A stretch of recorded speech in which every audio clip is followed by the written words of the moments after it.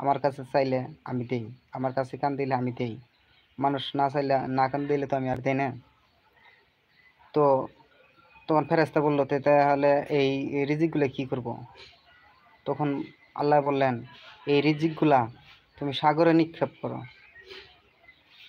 সাগরের মাছগুলো খেয়ে বেঁচে থাকবে। তো বাকি রিজিকগুলো সাগরে নিক্ষেপ করার পর তারপর আল্লাহর কাছে ফেরেশতার কাছে অবশিষ্ট রিজিকগুলো থেকে যায়।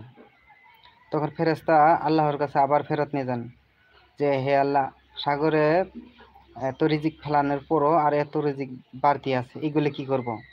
আল্লাহ আবারও একই কথা বলেন যে, আমার ভান্ডারে তো কম নাই, আমি যেগুলো দেই সেগুলো নেই না, আমি মানুষকে দেওয়ার জন্যই বসে আছি। মানুষ আমার কাছে কাঁদুক, কেঁদে কেঁদে চাক আমার কাছে, আমি দেব। যে কান দিবে না, যে চাইবে না, তাকে তো দেব না। তারপর ফেরেশতা বলল, বাকি রিজিকগুলো কি করব? যারা নামাজ পড়তে আসে নাই তাদেরকে দিব? তখন আল্লাহ বলেন, না, তাদেরকে দিবে না। বাকি রিজিকগুলা তুমি পাহাড়ে নিক্ষেপ করো।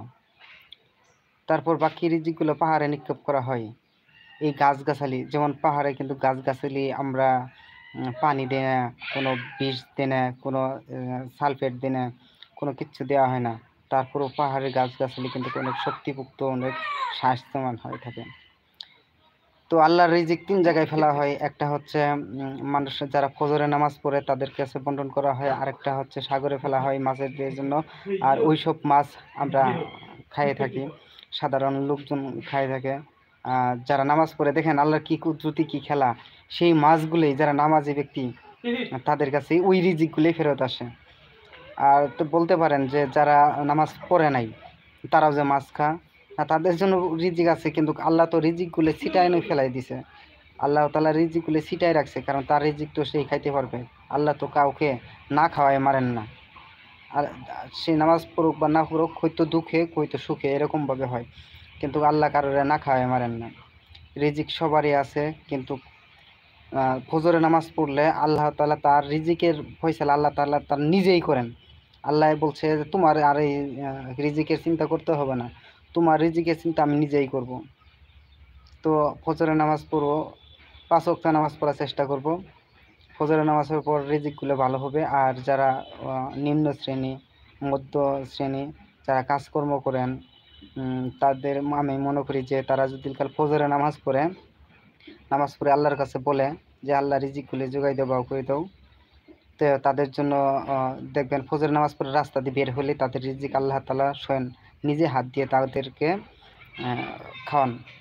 যেমন কেউ কাজ পাবে, নিম্ন শ্রেণী যারা আছে তারা কাজ কাম করতে পারবে, যারা মধ্য শ্রেণী আছে তারাও একটা কিছু কাজ কাম করতে পারবে।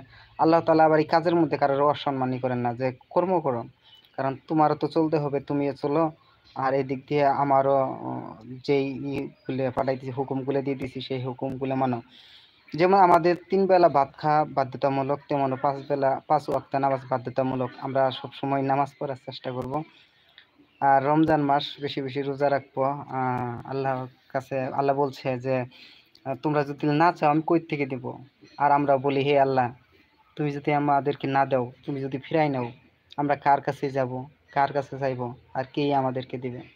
হে আল্লাহ, তুমি তো দয়ালু, তুমি আমাদেরকে রিজিকের ফয়সালা দাও, তুমি আমাদেরকে সুস্থ সুন্দরভাবে চলার তৌফিক দান করো, আমাদের আপদ বিপদ বালা মুসিবত দূর করো, আসমানের বেলা আসমানে উঠাই দিবা, জমিনের বেলা জমিতে মিশাইয়া দিবা, আর হাওয়াইয়া বেলা হাওয়াতে মিশাইয়া দিবা, জমিতে বেলা জমির বেলা জমিতে মিশাই দিবা। তো বালা মুসিবত আল্লাহ সবসময় দূর করবো। আর 5 ওয়াক্ত নামাজ পড়া আমরা চিন্তা ভাবনা করবো। তো সবাই ভালো থাকবেন। নেক্সট টাইমে আরেকটা হাদিস নিয়ে আসবো, আপনাদের অনেক ভালো লাগবে। আসসালামু আলাইকুম ওয়া রাহমাতুল্লাহি ওয়া বারাকাতুহু।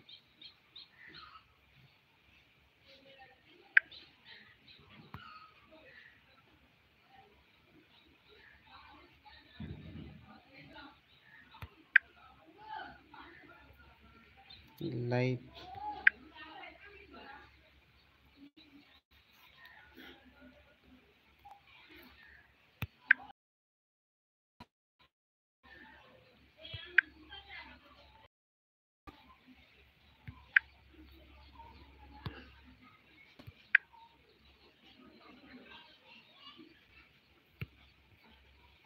লাইভই তো বন্ধ করতে পারতেছি না।